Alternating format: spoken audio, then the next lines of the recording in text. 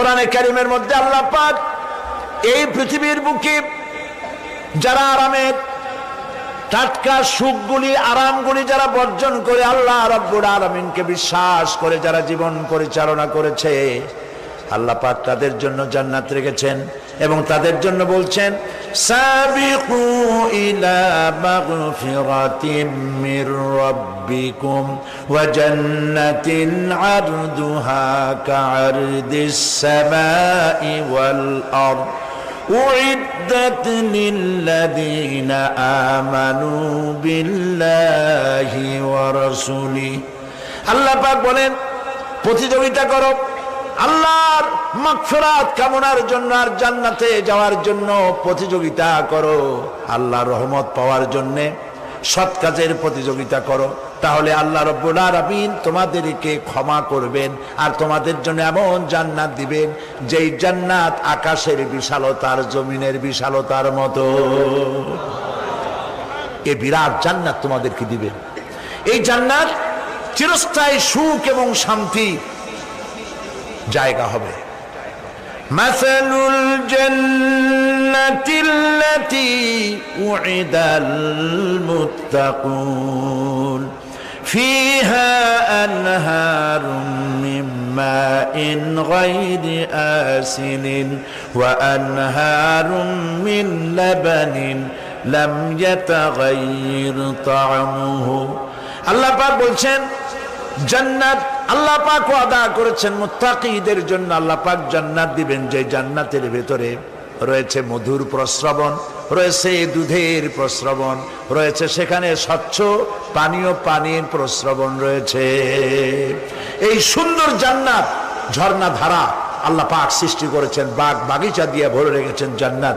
সেই জান্নাত হবে এয়ার কন্ডিশন, রৌদ্রের তাপ হবে না সেখানে, রৌদ্রের খরতাপ হবে না সেখানে, ঠান্ডার প্রচন্ডতা থাকবে না। কিরকম হবে জায়গাটা? আল্লাহ পাক বলছেন মুত্তাকিনা আলাল আরাইকি লা ইয়ারাউনা ফিহা শামসান ওয়ালা জামহারিরা ওয়া দানিয়াতান আলাইহিম যিলালুহা ওয়া যুল্লিলাত কুতুফুহা তাযলিলা। আল্লাহ পাক এমন জান্নাত রেখেছেন, সেই আল্লাহ পাক সেই জান্নাতের ভিতরে জান্নাতীরা ঠেস লাগায়া মুখোমুখি অবস্থায় তারা সেখানে বসবে, আর জান্নাতীদের মনের মধ্যে কোনো দুঃখ থাকবে না, পেরেশানি থাকবে না। পৃথিবীতে মানুষের দুঃখ থাকে, পেরেশানি থাকে, সেখানে কোনো দুঃখ আর পেরেশানি থাকবে না। সেই জায়গাটা হবে শীতাতপ নিয়ন্ত্রিত, না শীত না গরম, চির বসন্ত বিরাজ করবে। জান্নাতীরা সেখানে থাকবে। এই সুন্দর জান্নাত আল্লাহ পাক রেখেছেন মুত্তাকীদের জন্য। সুবহানাল্লাহ। কাফেরদের জন্য জান্নাত হবে, জাহান্নাম হবে চিরকাল। খালিদিনা ফিহা আবাদান, চিরকাল কাফেরেরা জাহান্নামে থাকবে। সর্বশেষ যে ব্যক্তি জাহান্নাম থেকে মুক্তি লাভ করবে তাকে আল্লাহ পাক বলবেন, ফেরেশতাদেরকে বলবেন, ও আমার ফেরেশতারা আমার এই বান্দাকে জান্নাত এবং জাহান্নামের মাঝখানে রেখে দাও। জান্নাত এবং জাহান্নামের মাঝখানে লোকটি যখন থাকার জায়গা পাবে সে জান্নাতের দিকে তাকায়া দেখবে আর কাঁদতে থাকবে। আল্লাহ পাক জিজ্ঞেস করবেন, বান্দারে যুগের পর যুগ ধরে জাহান্নামে কেঁদেছো, আমি রব্বুল আলামিন জাহান্নাম মাফ করে দিয়া জান্নাত জাহান্নামের মাঝখানে রেখে দিয়েছি, আযাব থেকে তো বেঁচে গেছো, এখন কান্দো কেন? লোকটি বলবে, রব্বুল আলামিন কান্দি এই কারণে, জাহান্নাম থেকে মাফ করেছো, তোমার শুকরিয়া আদায় করি। জান্নাত তো আমার কপালে নাই, কিসমতে নাই, কিন্তু জান্নাত আমি এখান থেকে দেখতে পাচ্ছি। জান্নাতের সুঘ্রাণ আমার নাকে আসতেছে, কপালে নাই যাওয়ার। আমি কাঁদি এই জন্য, তুমি যদি মেহেরবানি করে আমাকে জান্নাতের দরজার কাছে একটু দাঁড় করায় দিতা, প্রাণ ভরে তোমার জান্নাতের দৃশ্যটা একটু দেখতাম। আল্লাহ পাক তার আরজি পূরণ করবেন, বলবেন যাও, ফেরেশতাদের বলবেন এর জান্নাতের দরজার কাছে দাঁড় করায় দাও। জান্নাতের দরজার কাছে দাঁড়িয়ে লোকটি আবার কান্না শুরু করবে। আল্লাহ পাক প্রশ্ন করবেন, এবার কান্দো কেন? লোকটি বলবে রব্বুল আলামিন কান্দি এই কারণে জান্নাতের এই দরজায় দাঁড়ায়া, জান্নাতের অফুরন্ত নেয়ামত কিছুই ভালো করে দেখা যায় না, শুধু অল্প জায়গা দেখি। যদি তুমি আমারে দয়া করে জান্নাতের মাঝখানে দাঁড় করায় দিতা, চতুর্দিকে তাকায়া তাকায়া দেখা কলিজারে ঠান্ডা বানাইতাম। তবে আমি ওয়াদা করি জান্নাতের কোনো নাজ নেয়ামত, কোনো ফল আমি খাবো না, ধরবো না, সইব না। একটুখানি মেহেরবানি করে মাঝখানে দাঁড় করাইয়া দাও, জান্নারে ঠান্ডা করি।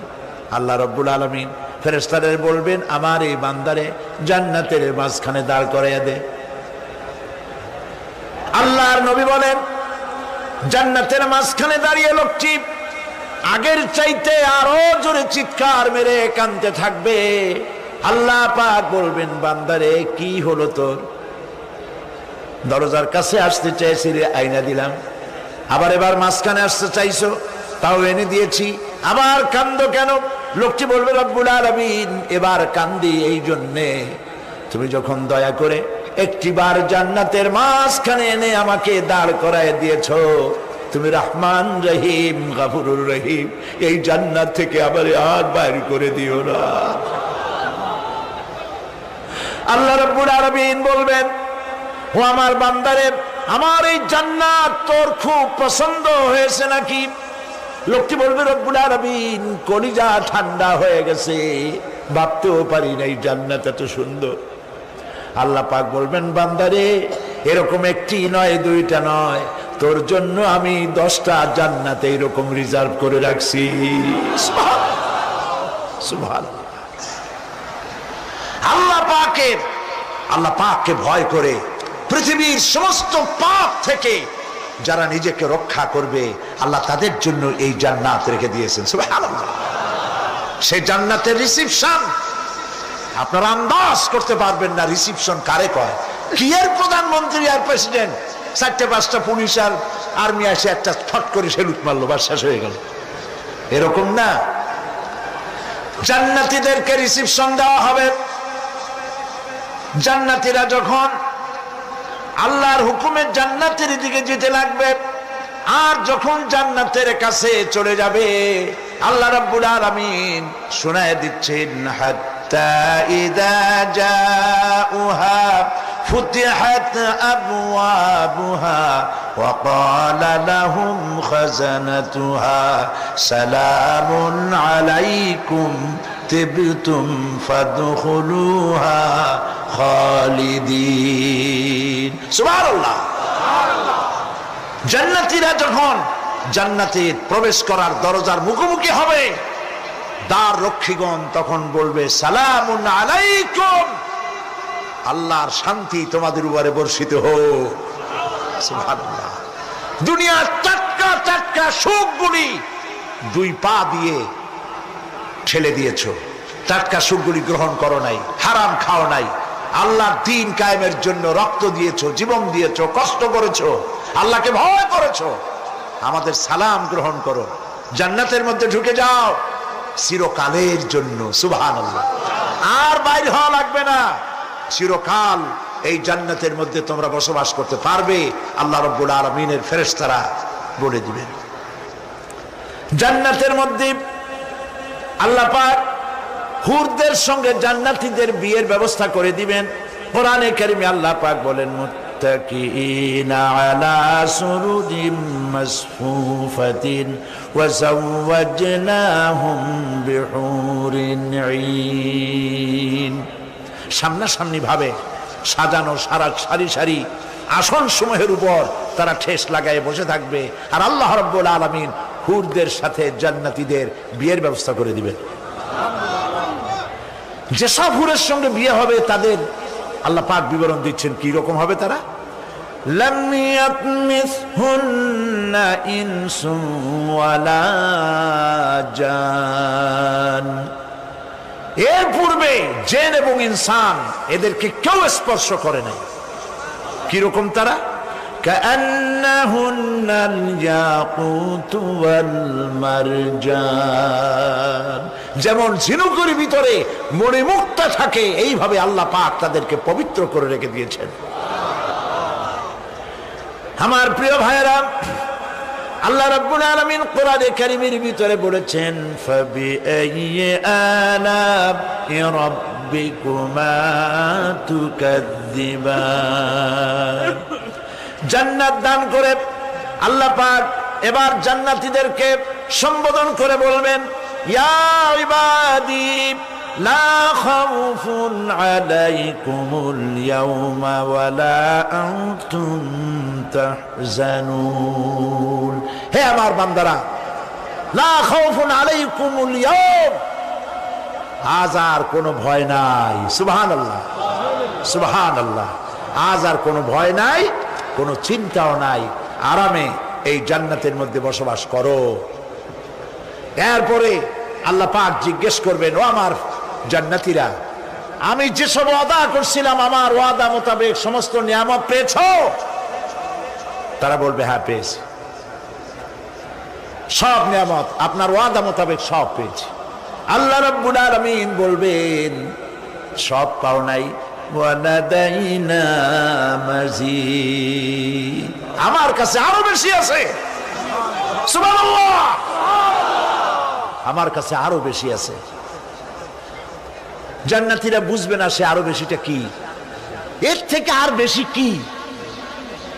প্রিয় ভাই সব, নবী করিম সাল্লাল্লাহু আলাইহি সাল্লাম বলেছেন, জান্নাতের সুখ আর শান্তি কোন চোখ নাই যা দেখেছে, যা কোন অন্তঃকরণ নাই যা কল্পনা করতে পেরেছে।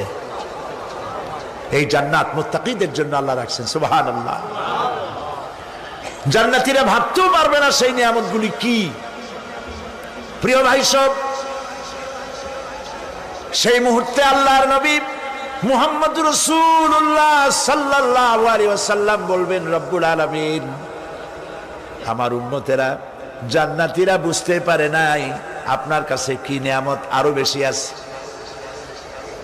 আমার এই উম্মতেরা জান্নাতীরা আপনার ওয়াদা মোতাবেক সব পেয়েছে, কিন্তু একটি জিনিস এখনো তাদের কিসমতে হয় নাই। সেই জিনিসটা হলো, যারা তার রবকে না দেখে শুধু কোরআন আর হাদিসের কথা শুনে আরবের ঘুম হারাম করে তাহাজ্জুদের নামাজ আদায় করেছিল, চোখের পানি ফেলেছিল, যারা জান্নাত দেখে নাই, জাহান্নাম দেখে নাই, আপনাকে ভয় করে যারা জীবন পরিচালনা করেছিল, যারা আপনাকে দেখে নাই, না দেখে শুধু কোরআন হাদিস বিশ্বাস করে যারা অকাতরে নিজেদের জীবন বিলায় দিয়েছিল, এই জান্নাতীরা এখন পর্যন্ত তার রবকে দেখতে পারে নাই। আল্লাহ রাব্বুল আলামিন তার সামনে থেকে ৭০,০০০ পর্দা সরে যাবে। আল্লাহ পাক বান্দাদের আরজি পুরা করার জন্য জান্নাতীদের সামনে তিনি জালোয়া ফরোজ হবে। কোরআন শরীফের ভিতরে আল্লাহ পাক বলেন, জান্নাতীরা তারা আল্লাহর দিকে, জান্নাতীরা তার রবের দিকে তাকিয়ে থাকবে, আর রব তার বান্দাদের দিকে তাকায়া থাকবে। প্রাণ ভরে জান্নাতীরা রবকে দেখবে। সুবহানাল্লাহ, আল্লাহ পাককে দেখবে। প্রাণ খুলে আজ দোয়া করি, রব্বুল আলামিন, জান্নাতের যেই পরিবেশে, যেই জায়গায় তুমি দয়া করে তোমার গোলামদেরকে তুমি নিজেই দর্শন দিবে, দেখা দিবে। মনিব গো, ও আমাদের রব, আজ এই বিশাল জনসমুদ্র নিয়ে তোমার দরবারে আবেগ ভরা কণ্ঠে বলি, যে অনুষ্ঠানটি তুমি এমন মুবারক অনুষ্ঠান করবে যেখানে তুমি জান্নাতীদেরকে দেখা দিবে, ওই জান্নাতের কোনো একটি, ওই অনুষ্ঠানের কোনো একটি কোনায় কানায় আমাদেরকেও দাঁড় করাইয়া দেখার তো।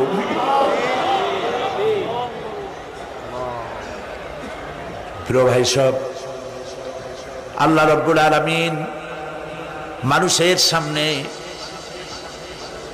এত সব নিয়ামত রেখেছেন, এই জান্নাত দান করবেন।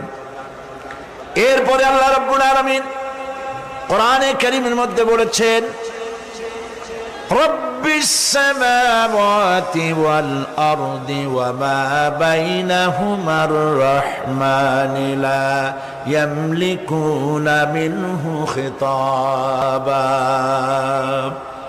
এসব পুরস্কার রয়েছে তোমাদের সেই রবের পক্ষ থেকে যিনি আকাশ আর জমিনের মালিক। সুবহানাল্লাহ বলবেন না? যার সামনে কথা বলার ক্ষমতা কারো হবে না, এটি একটি মারাত্মক কথা। কিয়ামতের দিন আল্লাহর দরবারে কেউ কথা বলতে পারবে না আল্লাহর নির্দেশ ছাড়া। একটি আকীদা পরিষ্কার করে নিয়ে যান আপনাদের, সে আকীদাটা এভাবে পরিষ্কার করুন, কোন পীর সাহেব, কোন খাজা বাবা, কোন মাওলানা, কোন মুহাদ্দিস, কোন বুজুর্গ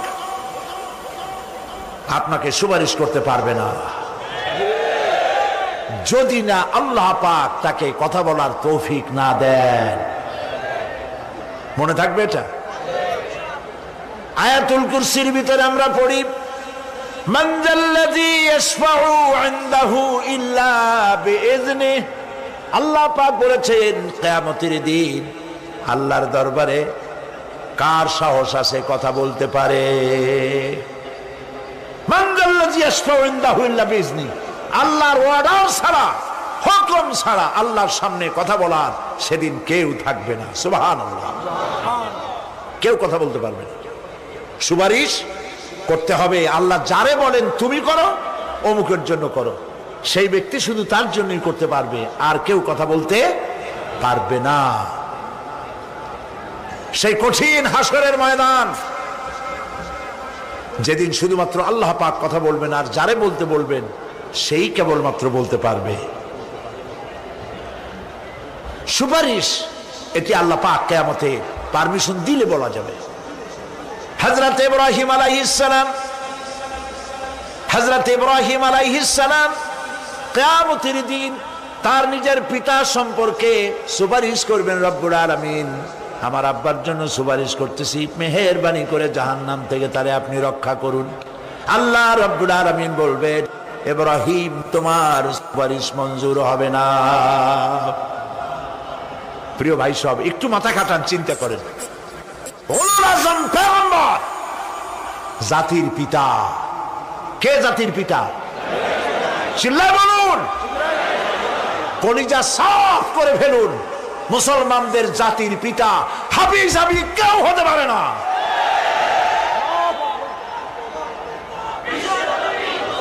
মিল্লাতা আবিকুম ইব্রাহিম। ইব্রাহিম আলাইহিস সালাম এই মিল্লাতের পিতা। সুবহানাল্লাহ।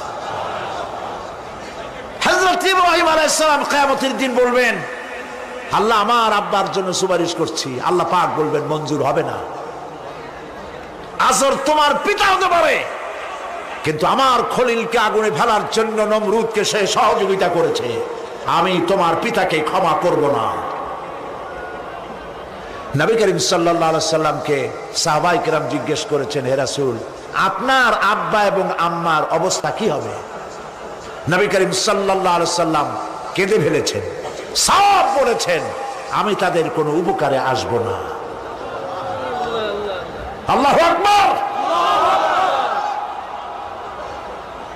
আপনি মনে করছেন নাকি যে ইয়া নবী সালাম আলাইকা বলি অমনি নবী সুপারিশ পাবেন? এত সহজ। কতগুলো রসগোল্লা খাইলেন আর বড় একটা মিছিল করলেন আর অমনি চলে যাবেন? পৃথিবীর সব মানুষ, সাহাবায়ে কেরাম বাদ দেন, পৃথিবীর সমস্ত মানুষ একত্রিত হয়ে আবু তালেব রাসূলুল্লাহকে যে ভালোবেসেছেন, ওর 1000 ভাগের 1 ভাগও সারা দুনিয়ার মানুষ রাসূলুল্লাহকেই ভালোবাসতে পারবে? পারবে? নিজের ছেলে আলীকে, আলী রাদিয়াল্লাহু তাআলা আনহুকে আলাদায় বিছানায় শোয়াইয়া, ছোট্ট মানুষ হযরত আলী আলাদা জায়গায় রাখিয়া মুহাম্মদুর রাসূলুল্লাহ সাল্লাল্লাহু আলাইহি ওয়াসাল্লাম এতিম মানুষ তারে কলিজার সাথে বুকের মধ্যে আশ্রয় দিয়ে আগলে রেখেছেন বুক ভরে। সেই আবু তালেব মৃত্যুর সময় নবী করিম সাল্লাল্লাহু আলাইহি ওয়াসাল্লাম বলেছিলেন, চাচা একটি বার আমার কানে তাওহীদের কালেমা শোনায় দেন।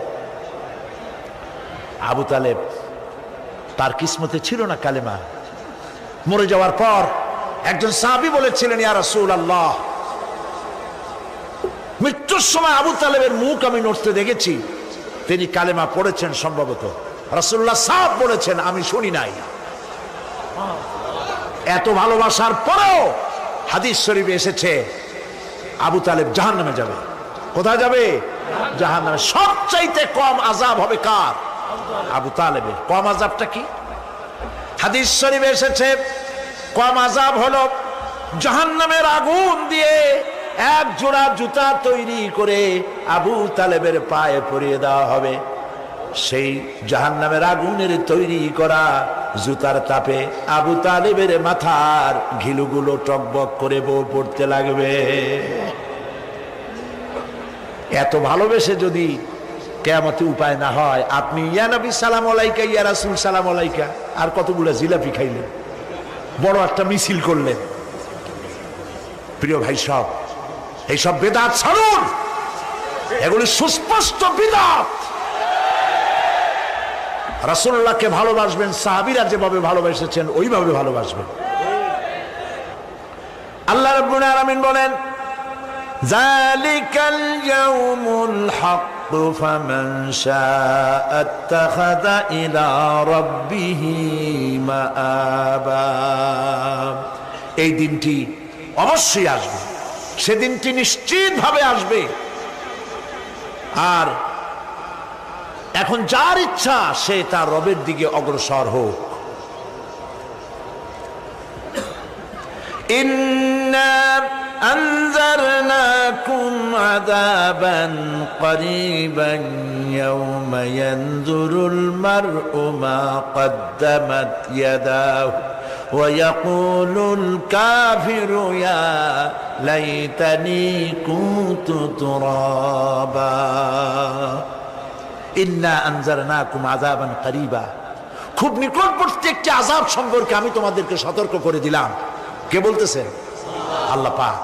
লক্ষ্য করুন আল্লাহ কি বলছেন, খুব নিকটবর্তী একটি কঠিন শাস্তি, আযাব অর্থাৎ কিয়ামত, এ সম্পর্কে আমি তোমাদেরকে সতর্ক করে দিলাম।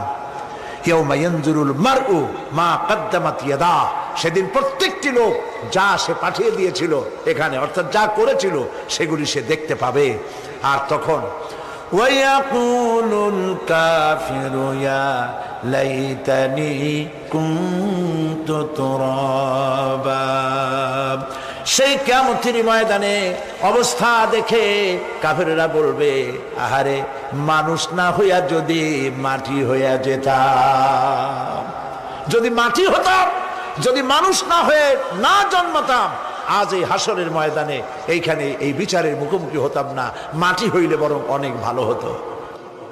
এই পৃথিবীতে আমরা এসেছি, চলে যাব, যাওয়ার আগে এই কোরআন একটি বিশাল জনগোষ্ঠী এমন বানাতে চেয়েছে যে জনগোষ্ঠী এই কোরআন দিয়ে একটি বিশাল সমাজ গড়বে, রাষ্ট্র গড়বে, এমন রাষ্ট্র গড়বে যেই রাষ্ট্রে দুঃখ থাকবে না, অশান্তি থাকবে না, যেখানে সুখ থাকবে, সমৃদ্ধি থাকবে, আর কিয়ামতের দিন আল্লাহর জান্নাতে তারা চলে যাবে। তেমন একটি সমাজকে আমরা চাই। সবাই বলেন সেরকম একটি সমাজকে আমরা চাই। প্রিয় ভাই সব, কিয়ামতের দিন আমরা যেতে চাই জান্নাতে। কোথায় যেতে চাই বলেন? জোরে বলেন। এই জান্নাতে যাওয়ার জন্য দুইটা কাজ করতে হবে। কয়টা কাজ? আল্লাহ রাব্বুল আলামিন বলেন, ফামান কানা ইয়ারজু লিকাআ রাব্বিহি ফালইয়ামাল আমালান সালিহান ওয়া লা ইউশরিক বিইবাদাতি রাব্বিহি আহাদা। আল্লাহ পাক বলেন, যে বা যারা আমার সঙ্গে দেখা করতে চায় কিয়ামতে, দুইটা কাজ করা লাগবে। বলেন কয়টা কাজ? একটা হলো নেক আমল। কি আমল বলেন? নেক আমল। নেক আমল কারে বলে? নেক আমল করতে হলে আবার দুইটা শর্ত লাগে। এক নম্বরে কাজটা করতে হবে আল্লাহরে খুশি করার জন্যে। কারে খুশি করার জন্য? একটা মাদ্রাসা বানাইছি যাতে লোকেরা বলে যে বড় একটা মাদ্রাসা বানাইছে, এই জন্য মাদ্রাসা বানাবেন, মসজিদ বানাবেন, হসপিটাল বানাবেন, যা কিছু করেন নিয়ত হবে আল্লাহকে খুশি করা। নিয়ত হবে কারে খুশি করা? আল্লাহ পাককে খুশি করা। এই হলো নেক আমলের প্রথম শর্ত, কাজ হবে আল্লাহকে খুশি করার জন্য। দুই নম্বরে কাজটি হতে হবে সুন্নতে নববী সাল্লাল্লাহু আলাইহি ওয়াসাল্লামের উপরে। মনে থাকবে, দাড়ি রাখবো, কেন রাখবো? রাসূলের সুন্নাত। রাখবো কারে খুশি করার জন্য? আল্লাহ খুশি করার জন্য। রাখবো কার মতো?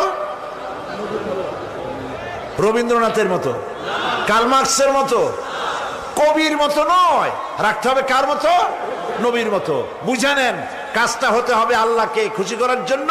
2 নম্বরে কাজটা হতে হবে সুন্নতে নববী সাল্লাল্লাহু আলাইহি ওয়াসাল্লামের উপরে হতে হবে। তাহলে এই হলো 1 নম্বর। জান্নাতে যাওয়ার জন্য, আল্লাহর সাথে দেখা করার জন্য 1 নম্বরের কাজ হলো নেক আমল। বলেন 1 নম্বরের কাজ কি? 2 নম্বরের কাজ ওয়ালা ইউশরিক বিইবাদাতি রাব্বিহি আহাদা। আল্লাহ রাব্বুল আলামিনের ইবাদতের সাথে কাউকে শরীক স্থাপন করা যাবে না। আমরা যারা মুসলমান, অধিকাংশ মুসলমান শিরকের ভিতরে মুবতালা হয়ে আছে। বিশ্বাস করেন কিনা বলেন? কাফেরেরা তো মুশরিক আছেই, ওরা তো মুশরিক আছেই, কিন্তু আমরা মুসলমানেরা আমাদের আমলের মধ্যে, আমাদের অজান্তে সবের নিয়তে অনেক শিরক আমরা করে বসি। নাউজুবিল্লাহ, বলেন নাউজুবিল্লাহ। এই জন্য আমি বারবার সতর্ক করি, নিজেকেও করি, আপনাদেরকেও করি। এই কারণে করি, শিরকের গুনাহ আল্লাহ মাফ করবেন না। ইন্না শিরকা লাযুলমুন আযীম। শিরক মস্ত বড় অপরাধ, জুলম, আল্লাহ মাফ করবেন না। আল্লাহর কাছে কান্দে কান্দে মাপ চাওয়া লাগবে যে আল্লাহ শিরক থেকে আমাকে রক্ষা করো, বাঁচাও। অনেক গোপন শিরক আছে। মাজারে যান, পীর সাহেবের কাছে যান, মনে যদি নিয়ত থাকে উনি ফু দিলে আমি ভালো হবই, উনি তাবিজ দিলে আমার বাচ্চা হবেই, উনি আমারে দয়া করলেই আমার ব্যবসায় উন্নতি হবেই, এইটার নাম শিরক। এটার নাম কি? ওয়াইজা সাআলতা ফাসআলিল্লাহ ওয়াইজা ইসতাআনতা ফাসতাইন বিল্লাহ। যা বলার আল্লাহরে বলো, আর যা চাওয়ার কার কাছে চাও? চিল্লায় বলেন। কলিজাটাকে পরিষ্কার করে যান আজকের মাহফিলে। এই কলিজায় কারো প্রতি কোনো ভয় রাখবো না আল্লাহ ছাড়া। ভয় করবো কারে বলেন? মহব্বত আল্লাহ ছাড়া, এত বেশি মহব্বত আর কাউকে করব না। আল্লাহ তাআলা আমাদের কলিজায় তোমার ভয় এবং মহব্বত দিয়ে ভরে দাও। রাসূলের মহব্বত দিয়ে আমাদের দিলকে ভরে দাও। বিশ্বাস করুন ভাই সাহেব, কোরআন শরীফ আমার সামনে, বিশ্বাস করুন, দেশি পীর বিদেশি পীর, খাজা বাবা দেশি এবং বিদেশি, কেউ আপনার ভাগ্য বদলাই দিতে পারবে না। এই পিছনে দৌড়ায় দৌড়ায় কোনো লাভ নয়। এতক্ষণ মসজিদের ভেতরে বসে আল্লাহর কাছে কাঁদেন। ওয়াকালা রাব্বুকুম উদউনি আস্তাজিব লাকুম। তোমার রব বলেছে আমারে ডাকো, আমি ডাকের সাড়া দিয়ে দেব। সুবহানাল্লাহ। আর আল্লাহ বলেছেন আমার ইবাদতের সাথে কাউকে শরীক করবে না। খবরদার। আলাইসাল্লাহু বিকাফিন আবদা। আল্লাহ প্রশ্ন করছেন, আলাইসাল্লাহু বিকাফিন আবদা, আমি কি আমার বান্দার জন্য যথেষ্ট নই? চিল্লায় বলুন অবশ্যই যথেষ্ট। আবার বলেন অবশ্যই যথেষ্ট।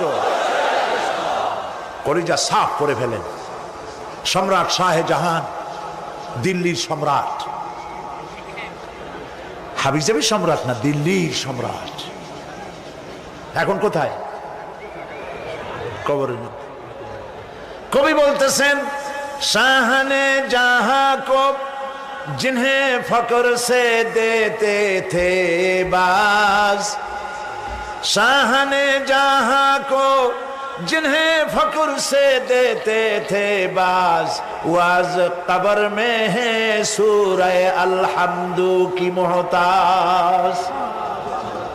সারা ভারতবর্ষ যারা ট্যাক্স দিয়ে নিজেকে সৌভাগ্যবান বলে মনে করত, সে আজ কবরের মধ্যে ভিক্ষুকের মতো সূরা আলহামদুর মতো একটি সূরার মুহতাজ হয়ে ভিক্ষুকের মতো শুয়ে আছে। সম্রাট শাহজাহান মসজিদে বসে আছে, এক ফকির ঘুরতেছে। লোকেরা কয় ছোটবেলা থেকেই তোমারে খয়রাত করতে দেখলাম, ভিক্ষা কি জীবনেও যাবে না তোমার? লোকটি বলছে, আমি ভিক্ষা করবো ছাড়া আমার উপায়টা কি? এই লোকটি আমি ভিক্ষা করা ছাড়া করবো কি? লোকেরা তো আমার 60 টাকা 50 টাকা 100 টাকা দেয় না, 4 আনা 5 আনা 1 টাকা এই আমার দেয়, এ দিয়ে আমি বড় লোক হবো কেমন? লোকটি বলছে আচ্ছা দেখো তুমি তো জায়গা মতো যাইতে পারো নাই, বাদশার কাছে যাও, এমন দেওয়া দেবে জীবনে আর খয়রাত করা লাগবে না। তো বাদশার কাছে কি খয়রাতি যাইতে পারে কোনোদিন? কয় হ্যাঁ এখন পারবা। কেমনে? কয় সম্রাট শাহজাহান এখন একা একা মসজিদে আছেন। তখনকার এসব বাদশারা অনেকে নামাজি ছিলেন, দিনদার ছিলেন। ফকির দরজার কাছে দাঁড়াইয়া দেখতে পাচ্ছে কেউ নাই, দেহরক্ষীরা দূরে দূরে দাঁড়ানো। বাদশাহ মসজিদের ভেতরে বসে হাত তুলে ঝুলতেছে আর কাঁদতেছে, চোখের পানি দিয়া দাঁড়িয়ে ভিজে ভিজে পড়ছে। এই দৃশ্য অনেকক্ষণ দেখলো ফকির। কিছুক্ষণ পর সম্রাট শাহজাহান মসজিদ থেকে বেরিয়ে আসছে। ফকির বলছে আসসালামু আলাইকুম হুজুর। তিনি বললেন ওয়ালাইকুম আসসালাম, চলে গেল। বাদশা বলল আমার কাছে তো কেউ আসে কিছু না চাইয়া তো যায় না, এরে দেখলাম খয়রাতির মতো কিছু চাইলো না, বেটা ভয় করলো নাকি? আমি এদিকে আসো। আসছে। ভয় পাইছো? কয় না ভয় পাইনি। তো কিছু যে চাইলে না? ফকির বলছে জাহাপানা সত্যিই কিছু চাইতে আসছিলাম। তারপর চাইলে না কেন? ফকির বলছে জাহাপানা সারা জীবন ভিক্ষা করেছি, আর আজ দিল্লির সম্রাটের কাছে বেশি পাওয়ার লোভে এসেছিলাম, কিন্তু আপনার দশা দেখা আমার জ্ঞানের চোখ খুলে গেছে। আমি লক্ষ্য করে দেখলাম আমি সম্রাটের কাছে চাইতে এসেছি, হাত তুলি নাই, বিনয় প্রকাশ করি নাই, চোখের পানি ফেলি নাই, কিন্তু লক্ষ্য করে দেখলাম দিল্লির সম্রাট আমার চাইতেও বড় ভিক্ষুকের মতো। আবার কোন সম্রাটের কাছে হাত তুলে কান্দে? আমার জ্ঞানের চোখ খুলে গিয়েছে, আমি বুঝতে পেরেছি সম্রাট কান্দে যেই সম্রাটের কাছে, তারে ছাড়া আর কারো কাছে জীবনে চাইব না। এই কথাই সূরা ফাতিহায় প্রত্যেক দিন পড়ি, বুঝি না কি পড়ি। ইয়াকা না'বুদু ওয়া ইয়াকা নাস্তাঈন। আয় আল্লাহ, একমাত্র তোমার গোলামি করি আর তোমার কাছে সাহায্য চাই, তুমি ছাড়া কারো কাছে সাহায্য চাই না। কলিজা সাফ করুন। কোন মরা পীর, কোন জিন্দা পীর আপনার মনের আশা পুরা করতে পারবে না, পারবে না, পারবে না।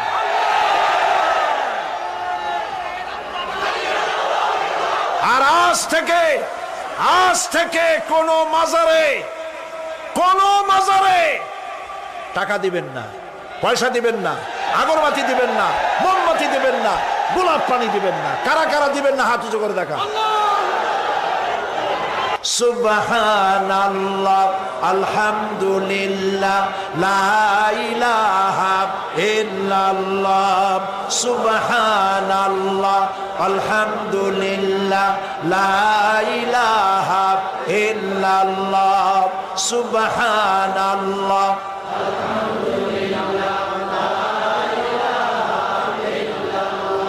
লা ইলাহা ইল্লাল্লাহ, মুহাম্মাদুর রাসূলুল্লাহ। আল্লাহুম্মা আমিন। রব্বানা যালামনা আনফুসানা ওয়া ইন লাম তাগফির লানা ওয়া তারহামনা লানাকুনান্না মিনাল খাসিরিন। রব্বুল আলামিন, তাম পৃথিবীর মাটির নিচে যত মুমিন মুমিনাত শুয়ে আছে, আল্লাহ কবরগুলি কি জান্নাতের টুকরা বানায়া দাও। আয় আল্লাহ তাআলা, এই মুহূর্তে মনে পড়ে গেল আমাদের মা বাপের কথা। রব্বুল আলামিন, আমাদের আব্বা জান কত বছর আগে দুনিয়া থেকে বিদায় হয়ে গেল, নাম ধরে আর কেউ ডাকে না। কত কষ্ট করেছে, ধান বিক্রি করে, সুপারি বিক্রি করে নিজের পেটে না দিয়া নিজের ভালো জামা না বানাইয়া আমাদের লেখাপড়া শিখাইছে, বাড়িঘর বানালো, আর একদিন তোমার ডাকে সাড়া দিয়া চলে গেল। যুগের পরে যুগ চলে গেল, বাপের মুখ আর দেখি না। আল্লাহ তাআলা আমাদের আব্বাজান যাদের দুনিয়া থেকে বিদায় হয়ে গেছে, কবরটাকে বেহেশত বানায়া দাও। তুমি সম্রাটের সম্রাট, তুমি রাজাধিরাজ, তোমার মহব্বত ছাড়া কোনো মহব্বত যেন কলিজায় থাকে না মাবুদ। তোমাকে ছাড়া কাউকে যেন ভয় করি না মাবুদ। সারা জীবন শিরক আর বিদআত থেকে আমাদের তুমি বাঁচাও আল্লাহ। তোমার জাহান্নামকে আমরা ভয় পাই। আল্লাহুম্মা আজিরনা মিনান নার, আল্লাহুম্মা আজিরনা মিনান নার, আল্লাহুম্মা আজিরনা মিনান নার। রব্বানা তাকাব্বাল মিন্না ইন্নাকা আনতাস সামিউল আলিম ওয়া তুব আলাইনা ইন্নাকা আনতাত তাওয়াবুর রহিম। সুবহান রাব্বিকা রাব্বিল ইজ্জাতি আম্মা ইয়াসিফুন ওয়া সালামুন আলাল মুরসালিন ওয়ালহামদুলিল্লাহি রাব্বিল আলামিন। ওয়াজআল আখিরা কালামিনা ইনদাল মাউত লা ইলাহা ইল্লাল্লাহু মুহাম্মাদুর রাসূল।